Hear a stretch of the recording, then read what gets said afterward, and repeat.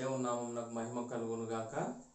మన ప్రభువును రక్షకుడునైన యేసుక్రీస్తు అతి శ్రేష్టమైన నామమున ఈ తరగతులకు విచ్చేసిన దేవుని బిడ్డలైన మీ అందరికీ కూడా ప్రత్యేకమైనటువంటి వందనాలు చెల్లిస్తూ ఉన్నాను. దేవుడు తన మహాకృపలో మనల్ని ఇంతవరకు కాపాడి సజీవుల లెక్కలో ఉంచాడు. అందును బట్టి ప్రభువుకే కృతజ్ఞతాస్తుతులు. హెబ్రీయులకు రాసిన పత్రిక అధ్యయనం మనం చేసుకుంటూ ఉన్నాం.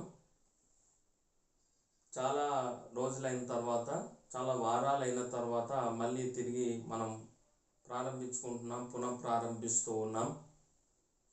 మనం ఎక్కడ ఆగిపోయామో అక్కడ నుండి మళ్ళీ మనం తరగతులను ఆరంభించుకుంటున్నాం. కొన్ని అనివార్య కారణాల వల్ల తరగతులు ఆపివేశాం. కానీ దేవుడు మరొకసారి తన వాక్యమును ధ్యానం చేసుకునేటువంటి గొప్ప కృపను మనకు అనుగ్రహించినందుకు దేవునికి స్తోత్రాలు. కంటిన్యూ చేస్తూ ఉన్నాం. హెబ్రీలోకి రాసిన పత్రిక 7వ అధ్యాయము 26, 27, 28 వచనాలు, 26 నుండి 28 వచనాల వరకు మనము ఈ సమయంలో ధ్యానం చేసుకుందాం. హెబ్రీయులకు రాసిన పత్రిక 7వ అధ్యాయము 26 నుండి 28 వచనాల వరకు నేను చదువుతున్నాను. మీ దగ్గర బైబిల్ ఉన్నట్లయితే తీసి మీ దగ్గర పెట్టుకోండి. చదువుతున్నాను. పవిత్రుడును, నిర్దోషియో, నిష్కల్మషుడును, పాపులలో చేరక ప్రత్యేకంగా ఉన్నవాడును, ఆకాశ మండలం కంటే మిక్కిలి హెచ్చైన వాడునైన ఇట్టి ప్రధాన యాజకుడు మనకు సరిపోయినవాడు.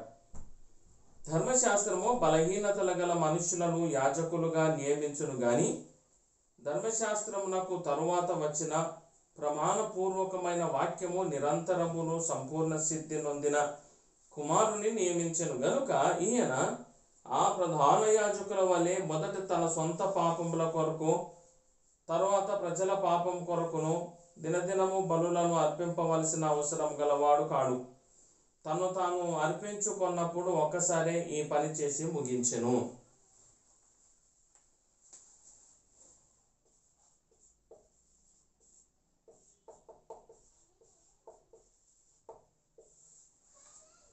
మనం దీనికంటే ముందుగా అనగా 7వ అధ్యాయము 25వ వచనం వరకు కొన్ని తరగతులు మనం ధ్యానం చేసుకున్నాం. ఇప్పుడు కంటిన్యూయేషన్గా హెబ్రీ పత్రిక 7వ అధ్యాయం 26 నుంచి 28 వచనాల్లో ఉన్నటువంటి సంగతులను ధ్యానం చేసుకుంటున్నాం. ఇక్కడ గ్రంథకర్త ఏమంటున్నాడంటే, ఇట్టి ప్రధాన యాజకుడు మనకు సరిపోయినవాడు సూటబుల్. చూడండి, గ్రంథకర్త ఏమంటున్నాడంటే, మనకు ప్రధాన యాజకులు చాలా మంది ఉన్నారు. వీళ్ళెవరు కూడా మనకు సూట్ అయిన వాళ్ళు కాదు, సరిపోయినటువంటి వారు కాదు. ఒక్క ప్రధాన యాజకుడే సంపూర్ణమైనటువంటి ప్రధాన యాజకుడు, ఆయన ప్రభువైన యేసు.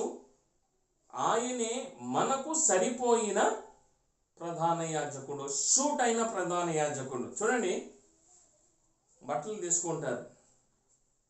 తీసుకున్నప్పుడు దానికి సరిపోయినటువంటి రంగును మ్యాచింగ్ చూస్తారు కదండి.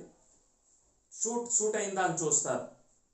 చీర ఉందనుకోండి, చీరకు తగినటువంటి జాకెట్ సూట్ అయిందా చూస్తారు.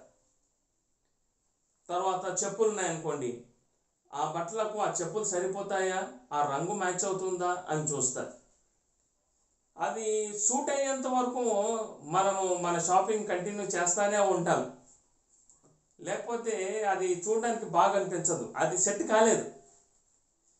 ఇగో ఇక్కడ అదే పదాన్ని ఇక్కడ గ్రంథకర్త రాస్తూ ఏమన్నాడంటే, ప్రధాన యాజకులు చాలామంది, బోలెడు ప్రధాన యాజకులు ఉన్నారు, కానీ మనకు సరిగ్గా సరిపోయినటువంటి వాడు ప్రధాన యాజకుడు ప్రభువైన యేసు. కొన్ని వారాల క్రితము నా బైకు ఆ రోడ్డు మీద ఆగిపోయింది. దాన్ని మెకానిక్ షెడ్కి తీసుకెళ్ళిన తర్వాత అక్కడ మెకానిక్ చూసి ఒక పార్ట్ పోయిందని చెప్పాడు. ఆ పార్ట్ పేరు నేను కనుక్కొని నేను వెళ్ళి షాప్కి వెళ్ళి తీసుకొని వస్తానని చెప్పాను. అప్పుడు ఆ మెకానిక్ ఏమన్నాడంటే, లేదండి మీరు ఈ పార్ట్ తీసుకొని పోవాలి, మీరు దీన్ని చూయించాలి, కాబట్టి అప్పుడు సరిగ్గా ఈ పార్ట్ మీరు తీసుకొస్తేనే అది స్టార్ట్ అవుతుందండి, లేకపోతే స్టార్ట్ కాదని చెప్పారు. అందుకోసం బట్టి నేను ఆ పార్ట్ని తీసుకొని వెళ్తే సరిగ్గా అదే పార్ట్ రీప్లేస్మెంట్గా నాకు ఇస్తే అది పెడితేనే ఆ బండి స్టార్ట్ అయింది, లేకపోతే స్టార్ట్ కాదంటండి. అదే కావాలంట, అదైతేనే దానికి ఆ బండికి సూట్ అవుతుందని చెప్పారు. చూడండి, మరి మన ప్రధాన యాజకుడు ఆయన మనకు సూట్ అయినటువంటి ప్రధాన యాజకుడు, మనకు సరిపోయినటువంటి ప్రధాన యాజకుడు. ఆయన మనకు సరిగ్గా మన మన పాపములను తొలగించి మనం సంపూర్ణంగా చేయగలిగినటువంటి సంపూర్ణమైనటువంటి ప్రధాన యాజకుడుగా ఆయన మన జీవితాలకు సరిపోయినటువంటి వాడుగా ఉన్నాడు. ఈ ప్రధాన యాజకుల్లో ఉన్నటువంటి గుణ లక్షణాలు అక్కడ చెప్తూ ఉన్నారు. చూడండి, అక్కడ నాలుగు రకాలైనటువంటి స్వభావములు అక్కడ గ్రంథకర్త చెప్తా ఉన్నాడు. మొదటిది ఏంటి అని అంటే, ఆయన పవిత్రుడు.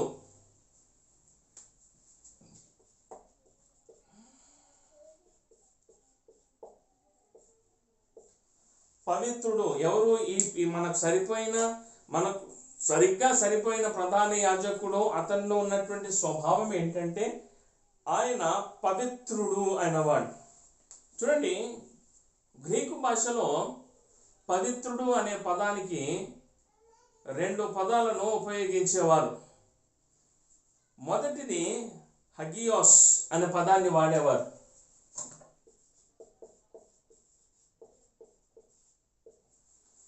ఇక రెండవది హోసియోస్ అనే పదాన్ని కూడా వాడేవారు.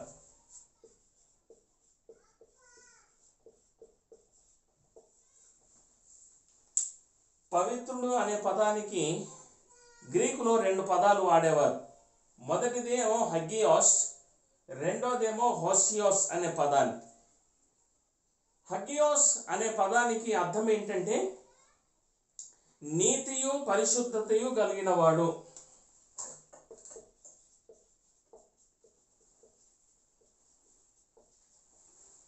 నీతియు పరిశుద్ధత అని హగియోస్ యొక్క అర్థము.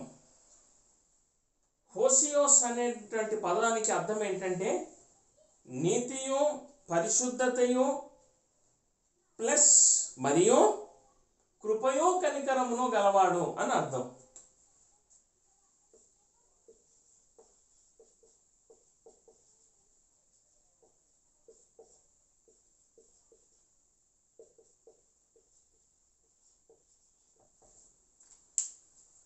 చూడండి, పవిత్రుడు అనే పదానికి గ్రీకు భాషలో 2 పదాలు ఉన్నాయి. మొదటిదేమో హగియోస్. హగియోస్ అనగా నీతియు పరిశుద్ధతయు కలిగినవాడు. హోసియోస్ అనేటువంటి పదము నీతి పరిశుద్ధత మరియు కృపా కనికరములు మూర్తీభవించేటువంటి వాడు అనేటువంటి గొప్ప అర్థం ఉంది. ఇక్కడ పవిత్రుడు అనేటువంటి పదానికి గ్రంథకర్త ఉపయోగించినటువంటి పదము హోసియోస్ అనే పదాన్ని వాడే. ఆయన కృపయు కనికరమును కలిగినటువంటి వాడు.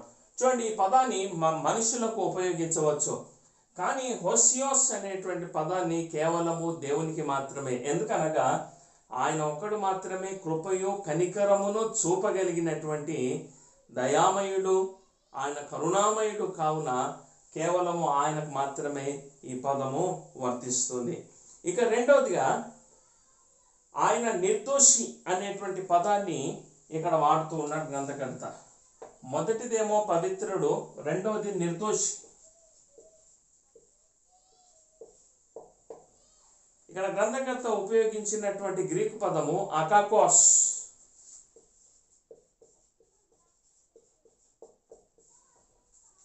అకాకోస్ అనే పదాన్ని వాడాడు. నిర్దోషి అనేటువంటి పదాన్ని మనము ఈ చట్టపరమైనటువంటి వాటిలో మనం చూస్తూ ఉన్నాం. దోషి, నిర్దోషి. దోషి అనగా దోషం చేసినటువంటి వాడు, నిర్దోషి అనగా దోషము లేనటువంటి వాడు.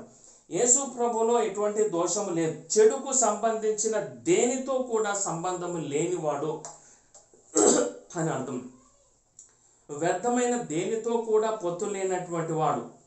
మరియు ఆయన కపటమును మోసమును లేనటువంటి ఆ అమాయకుడు అనేటువంటి దాన్ని సూచిస్తుంది. చూడండి, కోర్టు ఎవరైనా కానీ తప్పులో లేకపోతే ఏదైనా నేరములో ఒకవేళ వాళ్ళ యొక్క పాత్ర లేకపోతే వాళ్ళని ఏమంటారంటే నిర్దోషిగా చేసి విడిచిపెడుతున్నాము అని చెప్తారు. చూడండి, అదే పదము ఇక్కడ ఉపయోగించబడింది, అకాకోస్. ఆయన అకాకోస్ అనగా నేరములో ఎటువంటి పాలు ఆయనకు లేదు, ఆయనలో ఏ కపటము కూడా లేదు, ఏ పాపము ఆయన లేదు, ఎటువంటి దోషము ఆయన చేయలేదు అనేటువంటి మాట యొక్క ఆ మాటను ఆ అర్థాన్ని ఈ మాట సూచిస్తుంది. అదే హెబ్రీ భాషలో ఉపయోగించినటువంటి పదం ఏంటి అని అంటే, ఆ హెబ్రీ భాషలో ఉపయోగించినటువంటి పదం ఏంటంటే కాదోష్ అనే పదాన్ని వాడారు. కాదోష్ అనేటువంటి పదము మచ్చ లేనటువంటి ఒక తెల్లదైనటువంటి ఒక గొర్రెపిల్లను సూచిస్తుంది. ఎక్కడా వెతికినా ఒక మచ్చ కూడా లేనటువంటి దాన్ని ప్రభువైన యేసు ఆయన గొర్రెవలే ఆయన వదకు తేబడ్డాడు. ఏ విధంగా అంటే ఎటువంటి మచ్చ కూడా లేకుండా, ఎటువంటి పాపపు డాగు లేకుండా ఆయన కలువరి శిలువలో తన ప్రాణాన్ని ఆయన అర్పించాడు. ఇది ఈ నిర్దోషత్వం అనేటువంటి బాహ్యపరమైనటువంటి స్వభావాన్ని సూచిస్తుంది. అనగా ఆయన బాహ్యపరముగా ఎటువంటి దోషము చేసినటువంటి వాడు కాదు, మోసం చేసినటువంటి వాడు కాదు, ఆయనలో ఎటువంటి కపటము లేదు. పేతురు భక్తుడు చెప్తూ ఉన్నాడు ఆయన గురించి. మొదటి పేతురు పత్రిక 2వ అధ్యాయం 22వ వచనంలో ఆయన నోట ఏ కపటమునో లేదు అని అక్కడ పేతురు భక్తుడు ప్రభువైన యేసును గురించి చెప్తా ఉన్నాడు. ఇక మూడోది నిష్కల్మషుడు.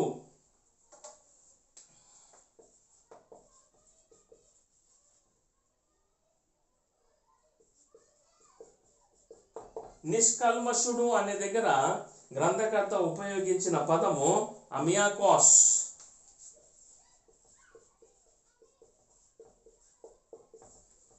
చూడండి, పవిత్రుడు హోసియోస్, నిర్దోషి అకకోస్, నిష్కల్మషుడు అమియాకోస్.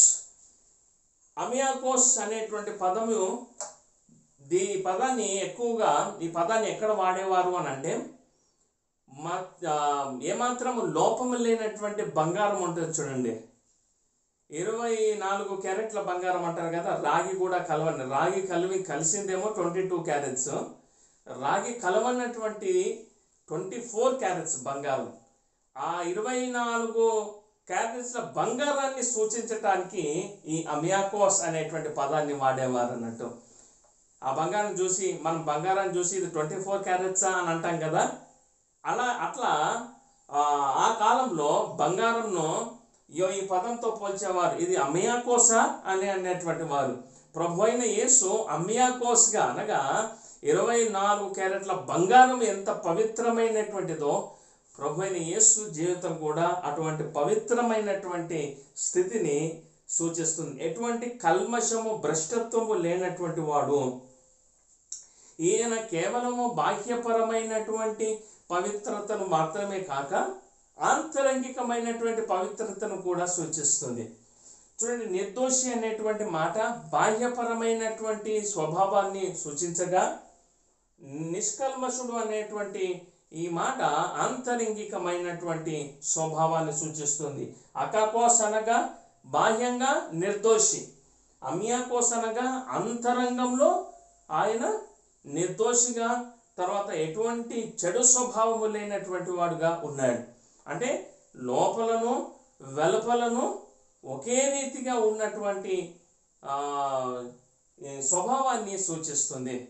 కొంతమంది లోపల ఒకటి పెట్టుకొని బయట ఒకటి మాట్లాడతారు. కొంతమంది ఏమో లోపలనేమో కల్మషాన్ని పెట్టుకొని బయటకు చాలా తీపిగా మాట్లాడుతూ ఉంటారు. లోపల చెడు పెట్టుకొని బయటకు మంచివారిగా కనబడతారు. కానీ ప్రభువైన యేసు ఆ విధంగా కాదు. ఆయన అకాకోస్ మరియు అమియాకోస్ అనగా బాహ్యపరముగా ఆయన ఏ విధంగా ఉన్నాడో ఆంతరంగికంగా కూడా అలాగే ఉన్నాడు. ప్రభువైన యేసులో ఉన్నటువంటి గొప్ప స్వభావం అది. తర్వాత 4వది పాపులలో చేరక ప్రత్యేకంగా ఉన్నటువంటి వాడు.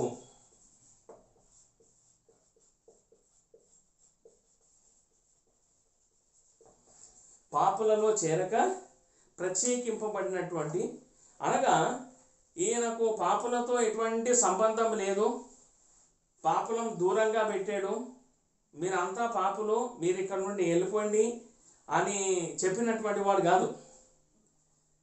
చూడండి, కొరింథీయులకు రాసిన పత్రికలో ఒక మాట మనకు కనబడుతుంది. చూడండి, మొదటి కొరింథీ పత్రిక 5వ అధ్యాయము, మొదటి కొరింథీ పత్రిక 5వ అధ్యాయము 9 నుండి 10 వచనాల వరకు ఇక్కడ భక్తుడైన పౌలు కొరింథీయులకు ఈ విధంగా చెప్తున్నాడు. ఏమంటున్నాడంటే, కొరింథీయులకు రాసిన పత్రిక మొదటి పత్రిక 5వ అధ్యాయము 9-10 వచనాల్లో ఏముందంటే, జారులతో సాంగత్యము చేయవద్దని నా పత్రికలో మీకు వ్రాసి ఉంటిని.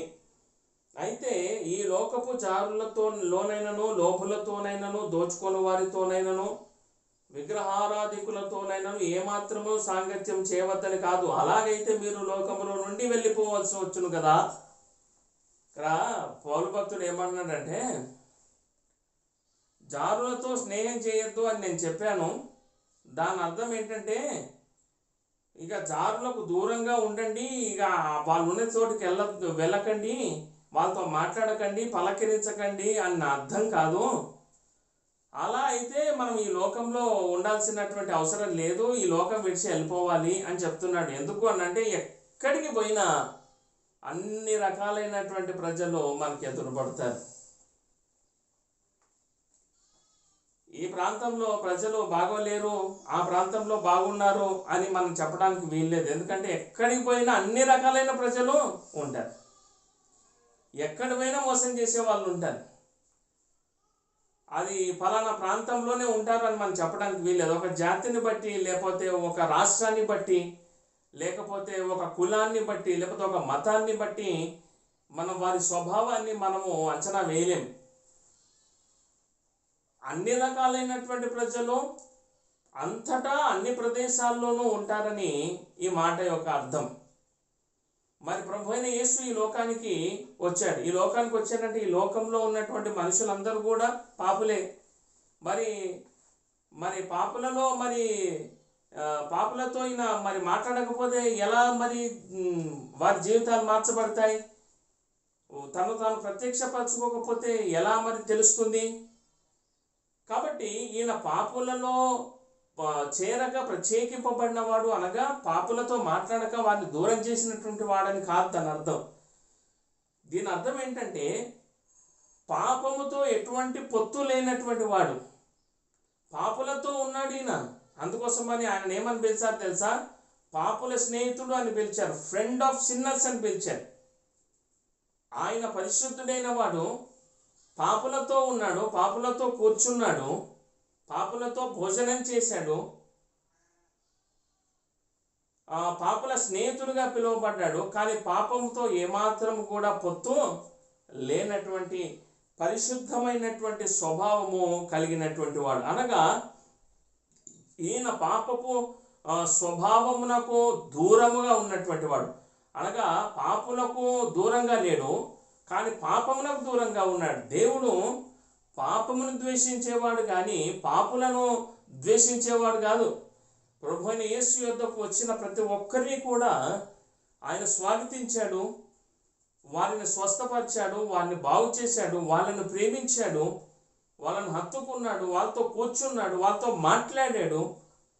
సమరయ స్త్రీని గురించినటువంటి ఆ సంభాషణలో ప్రభువైన యేసు యొక్క ప్రేమ మూర్తిభవిస్తూ ఉంటుంది. యోహాను సువార్తలో మనము అది చదివినప్పుడు ప్రభువైన యేసు యొక్క స్వభావము ఎంత గొప్పగా కనబడుతుందో. అనగా ఆయన పాపులను ద్వేషించలేదు, ఆయన తృణీకరించలేదు. ఆయన మీరంతా పాపులు, మీరు వెళ్ళిపోండి అని చెప్పలే. మందిరము, చర్చి అనేది కేవలము క్రైస్తవులకు మాత్రమే అనటము చాలా విరుద్ధమైనటువంటిది. మందిరము ప్రతి ఒక్కరికి కూడా. ఆసుపత్రి ఎవరికండి? రోగులకు ఆసుపత్రి కావాలి, మంచిగా ఉన్నటువంటి వారు కాదు. మరి ఆత్మీయ వైద్యము ఎక్కడ అందించబడుతుంది అంటే మందిరంలో అందించబడుతుంది. It is the spiritual hospital for the sinners. కాబట్టి కేవలము వీళ్ళు మాత్రమే రావాలి, వచ్చేవాళ్ళు ఇలా ఉండాలి అలా ఉండాలి అనేటువంటిది కాకుండా వారు దేని కొరకు వచ్చారో దాన్ని మనం అందించేటువంటి వారిగా మనం ఉన్నట్లయితే మనము ప్రభు చిత్తాన్ని జరిగించినటువంటి వారిగా మనం ఉంటాం. ఎవరైనా కానీ మందిరానికి రావచ్చు, ఎవరైనా ప్రభు సన్నిధిలో చేరవచ్చు, ఎవరైనా ప్రభు సన్నిధిలో ప్రార్థించవచ్చు. ఆయన ప్రతి ఒక్కరి ప్రార్థనలను అంగీకరించడానికి, ప్రతి ఒక్కరి పాపలను క్షమించడానికి ఆయన సిద్ధంగా ఉన్నాడు. అది ఏ మతమైనప్పటికీ కాదండి. ప్రభు అయిన యేసు ఆయన మతాతీతుడైనటువంటి వాడు. ఒక మతాన్ని స్థాపించడానికి వచ్చినటువంటి వాడు కాదు. మందిరము, చర్చి అనేది కేవలం క్రైస్తవులకు మాత్రమే కాదు, అది ప్రతి ఒక్కరి కూడా. అందుకోసమని ప్రభు అయిన యేసు అన్నాడు, నా మందిరము అన్యజనులకు ప్రార్థనా మందిరం అనబడును అన్నాడు. God welcomes everyone into his church. కాబట్టి ఈ సత్యాన్ని మనం గుర్తెరగవలసిందిగా ప్రభు పేట మనం చేస్తూ ఉన్నాను. తర్వాత ఈ 4తో పాటు ఇంకొక స్వభావాన్ని ప్రభు అయినటువంటి యేసును గురించి గ్రంథకర్త చెప్తూ ఉన్నాడు. అదేంటంటే, ఆకాశ మండలం కంటే మిక్కిలి హెచ్చైన వాడున్నాయినా. ఆయన యొక్క పరిమితులు ఏంటి?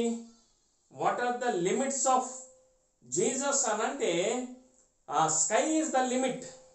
ఆకాశము కంటే ఎత్తైనటువంటి వాడు అన్నాడు.